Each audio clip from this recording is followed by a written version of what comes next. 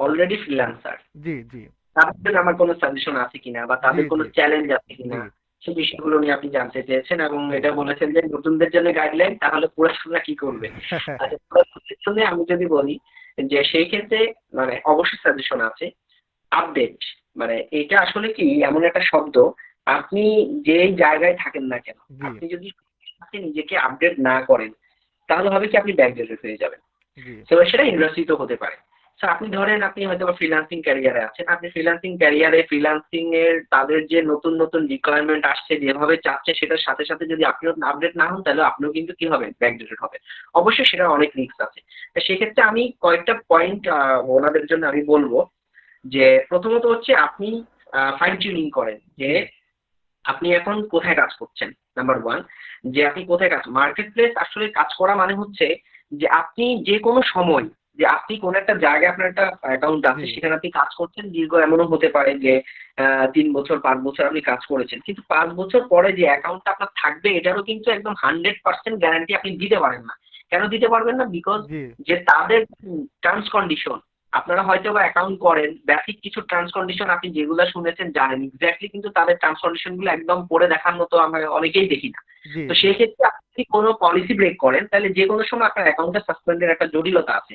জি, তাহলে কিছু মার্কেট প্লেসে যেমন ধরেন ফাইবারের ক্ষেত্রে তো এটা আমি মনে করি যে অনেক বেশি, যেমন অনেকে কাজ করছে ফাইবারে, তার প্রোফাইল ধরেন সে লেভেল 2 হয়েছে অথবা সে 10,000 15,000 ডলার ইনকাম করেছে, আপনার টপ রেটেড হওয়ার কাছাকাছি জায়গায় সে চলে গেছে। এরকম সময় যদি কয়েকজনের প্রোফাইল মানে সাসপেন্ড জি, হয়ে জি, যায়, সাসপেন্ড হওয়ার পরবর্তীতে সে কিন্তু আবার মার্কেট প্লেসে যখন ঢুকবে তার প্রোফাইলটা কিন্তু বিগিনার প্রোফাইল হিসেবে যাচ্ছে। জি, তো সেই ক্ষেত্রে আসলে এটা একটা অনেক বড় রিস্ক। তো আপনি সেক্ষেত্রে কি করতে পারেন, যদি আপনি মার্কেট প্লেস একটার উপরে ডিপেন্ডেন্ট থাকেন তাহলে আমি মনে করি যে আপনি একটা মার্কেটের পাশাপাশি আরেকটা মার্কেট প্লেসকে দাঁড়া করান। যে আপনি কম করে হলে দুটা মার্কেট প্লেসে আপনার স্ট্র্যাটেজিক আপনার প্ল্যান গুলো করেন যে জি, আমি যদি কখনো এমন হয়ে থাকে আমি আমার অল্টারনেটটা দিয়ে সেটাকে গো থ্রু করবো। তো ব্যাকআপ, তো আপনার এই যে ব্যাকআপ মানে মার্কেট প্লেসের এটা আপনি করতে পারেন। অথবা অনেকে আবার এমন ভাবেও করে যে না আমি অন্য মার্কেট প্লেসের সাথে আমি ইউজ টু না, জি, একটা মার্কেট প্লেস আমি ইউজ টু। সেই ক্ষেত্রে আপনি যেটা করতে পারেন, একই মার্কেট প্লেস হোক, যেমন ধরেন আপনার যদি ফাইবারে হয়ে থাকে, জি, আপনার যদি আলাদা আলাদা পিসি হয়, আলাদা আলাদা ইন্টারনেট কানেকশন হয়, তাহলে আপনি আলাদা আলাদা পিসি আলাদা আলাদা আপনার ইন্টারনেট কানেকশন সংযোগ নিয়ে আপনি একই মার্কেট প্লেসে আপনি প্যারালালি দুইটা উইংস ধরে নিয়ে বা দুইটাকে কন্টিনিউ করে, জি, তাহলে জি, একটা কখন জটিলতা হলে আপনার আরেকটা আপনার কিন্তু ব্যাকআপ হিসেবে দাঁড়িয়ে যাবে। তবে একটা প্রোফাইল যখন চলে যায় আবার নতুন করে একটা দাঁড়া করাতে একটু সময় লাগে, তবে অনেকে আবার পেরে যায়। যেমন ধরেন আহ কিভাবে পেরে যায়, যদি তার কোনো কাস্টমার তার কোনো ক্লায়েন্ট যদি তার মার্কেট প্লেসের বাইরে থেকে থাকে তাহলে উনি অনায়াসে মার্কেট প্লেসের বাইরে কাস্টমার ক্লায়েন্ট গুলোকে দিয়ে আবার তার প্রোফাইলটাকে যে কোনো সময় দাঁড়া করাতে পারবে আবার অর্ডার দিয়ে। তো এটা হচ্ছে জি, একটা ব্যাকআপ, অবশ্যই তাকে চিন্তা করতে হবে যে এখন তাদের টার্মস কন্ডিশন গুলোর সাথে আপডেট থাকা উচিত এবং তাকে ব্যাকআপ চিন্তা করা উচিত।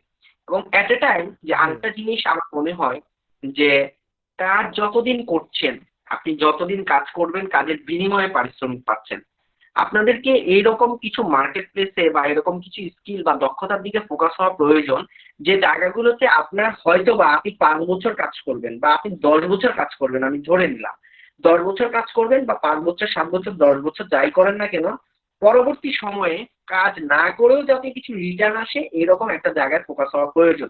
আর জি, যেটাকে আমরা বলছি প্যাসিভ ইনকাম অথবা হচ্ছে আপনার রিসেলেবল যে মার্কেট প্লেস গুলো, মানে আপনি কাজ করেই যাবেন এখন, আপনি কোনো একটা জায়গায় যদি আপনার 100টা প্রোডাক্ট আপনি আপলোড করাতে পারেন জি, বা আপনার হচ্ছে 50টা প্রোডাক্ট যদি আপনি সেখানে অ্যাপ্রুভাল করাতে পারেন, তাহলে দেখা গেছে যে পরবর্তী সময়ে সেগুলোই বারবার সেল হবে। তাহলে আপনি কি করেছেন, একটা ক্ষণস্থায়ী একটা কাজ করেছেন। তবে এই ধরনের মার্কেট প্লেস গুলোতে যেতে গেলে আপনাকে অবশ্যই অনেক বেশি দক্ষ হয়ে তারপরে যেতে হবে।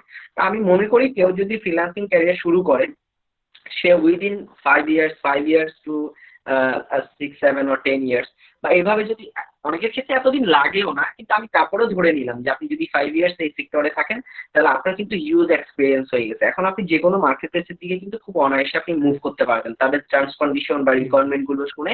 আমার মনে হয় ওইরকম প্যাসিভ কোনো একটা চিন্তা ভাবনা করা উচিত, তাহলে হবে কি ওনার মোটামুটি ধরেন যে উনি যে কোনো সময় এখান থেকে যে মানে একটা চ্যালেঞ্জ পড়ে যেতে পারেন, কোনো একটা বিপদের সম্মুখীন হতে পারেন, অ্যাকাউন্ট চলে যাওয়ার বিষয় অথবা হচ্ছে গিয়ে যে কোনো একটা অসুবিধার কথা মাথায় রেখে আমার মনে হয় এই জায়গাগুলোতে ফোকাস হওয়া উচিত। মানে একটা হচ্ছে তার জি, জি, আপডেট, দ্বিতীয়ত হচ্ছে একটা ব্যাকআপ অবশ্যই রাখা, আর এর পাশাপাশি হচ্ছে ফিউচার। যে আপনি এখন কি করছেন, আপনাকে পরবর্তীতে কি করা হচ্ছে। এখন কাজ করতেছেন, যে 1 মাস কাজ করবেন টাকা পাবেন, পরের মাস জি, করবেন না পাবেন না। তো এইভাবে করে এই জায়গাগুলোতে আমার মনে হয় একটু ফোকাস হওয়া প্রয়োজন, এবং সেটার জন্য আপনি কি করতে পারেন, আপনি এখন যে বিষয়ের উপরে দক্ষ হয়েছেন দক্ষতার আপগ্রেডও করতে হবে। মানে কিরকম, উনি একটা ডোমেনে শুরু করেছেন, এর পাশাপাশি ওনাকে মনে হলো ওই ডোমেনের আমাকে একটু হাই স্কিল হওয়া প্রয়োজন। যেমন কেউ যদি মনে করেন যে সে গ্রাফিক দিয়ে শুরু করেছিলেন, আপনার জন্য এখন গ্রাফিক্সের আরো কিছু অন্যান্য অপশনগুলো, আপনি আস্তে আস্তে করে ইউআই ইউএক্স ডিজাইনের জি, দিকে যান, আপনি 2D 3D অ্যানিমেশনে যান, আপনি মোশন গ্রাফিক্সের দিকে যান।